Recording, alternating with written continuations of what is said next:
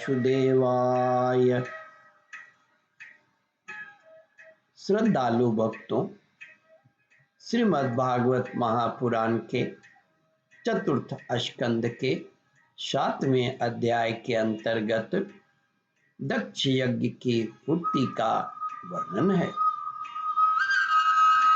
इसके पूर्व जहाँ तक आप कथा श्रवण कर चुके हैं उसके आगे का प्रस्तुतिकरण करता हूँ।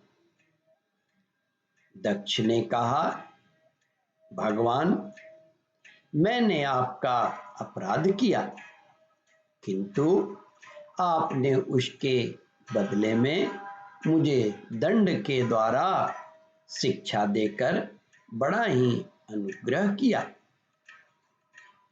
अहो, आप और श्रीहरि तो आचारहीन नाम मात्र के ब्राह्मणों की भी उपेक्षा नहीं करते, फिर हम जैसे यज्ञ यज्ञादि करने वालों को क्यों भूलेंगे। प्रभु, आपने ब्रह्मा होकर सबसे पहले आत्म तत्व की रक्षा के लिए अपने मुख से विद्या, तप और व्रत आदि के धारण करने वाले ब्राह्मणों को उत्पन्न किया था। जैसे चरवाहा लाठी लेकर गौओं की रक्षा करता है, उसी प्रकार आप उन ब्राह्मणों की सब विपत्तियों से रक्षा करते हैं। दक्ष कहते हैं, भगवान, मैंने आपके तत्व को नहीं जाना था,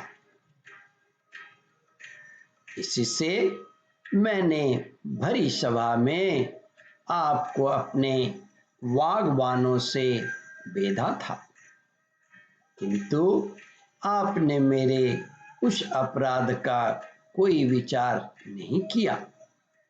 मैं तो आप जैसे पूज्यतम महानुभावों का अपराध करने के कारण नरकादि नीच लोकों में गिरने वाला था, परंतु आपने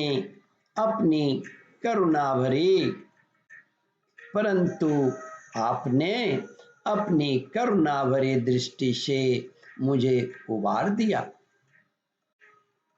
अब भी आपको प्रसन्न करने योग्य मुझ में कोई गुण नहीं है, बस आप अपने ही उदारतापूर्ण बर्ताव से मुझ पर प्रसन्न हो जाइए।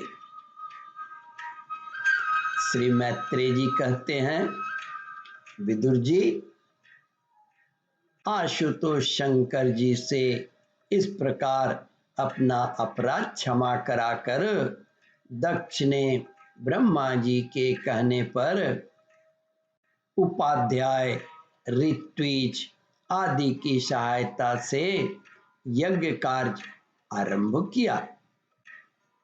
तब ब्राह्मणों ने यज्ञ संपन्न करने के उद्देश्य से रुद्रगण संबंधी भूत पिशाचों के सरसंग जनित दोष की शांति के लिए 3 पात्रों में विष्णु भगवान के लिए तैयार किए हुए पुरोडास नामक चरु का हवन किया। विदुर जी उस हवि को हाथ में लेकर खड़े हुए अध्वर्यों के साथ यजमान दक्ष ने जो ही विशुद्ध चित्त से श्री हरि का ध्यान किया, त्यों ही सहसा भगवान वहां प्रकट हो गए।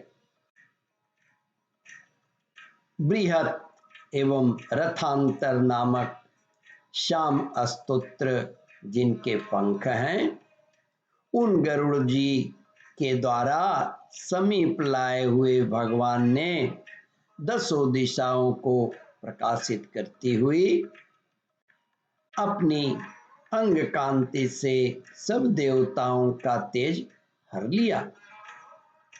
उनके सामने सभी की कांति फीकी पड़ गई। श्री मैत्रेय जी कहते हैं, विदुर जी उनकी श्याम वर्ण था। विदुर जी उनका श्याम वर्ण था। कमर में सुवर्ण की करधिनी तथा पीतांबर सुशोभित थे। सिर पर सूर्य के समान दीप्यमान मुकुट था। मुख कमल गौरों के समान नीली अलकावली और कांतिमय कुंडलों से शोभायमान था।